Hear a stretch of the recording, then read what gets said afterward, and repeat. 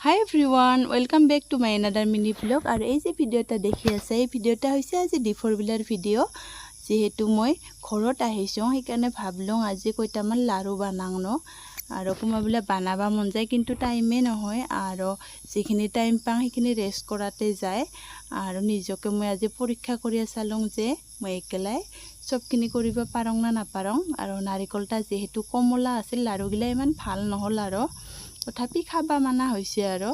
এইবাৰ মই লাৰুগিলা হোৱাৰ পাছত মা আৰু মাইক টেষ্ট কৰবা দিলুং আমি অকল ভালে হৈছে আৰু ময়ো খায়া চালুং ভালে হৈছে দে যেহেতু কমলা নাৰিকল আৰু কিমান ভাল হ'ব হয় না আৰু মই নাজানো যে কমলা নাৰিকলৰ দি লাৰু বেয়া হয় বুলি মা কৈ আছিল কিন্তু মই নুশুনিয়া বানালুং কিন্তু হ'ব আৰু চলি যাব তাৰ পাছতে আহিলো মই ভাত বানাবা লাৰু বানাইতে ভাত বানাৱাৰ টাইম হৈ গেল আৰু আজি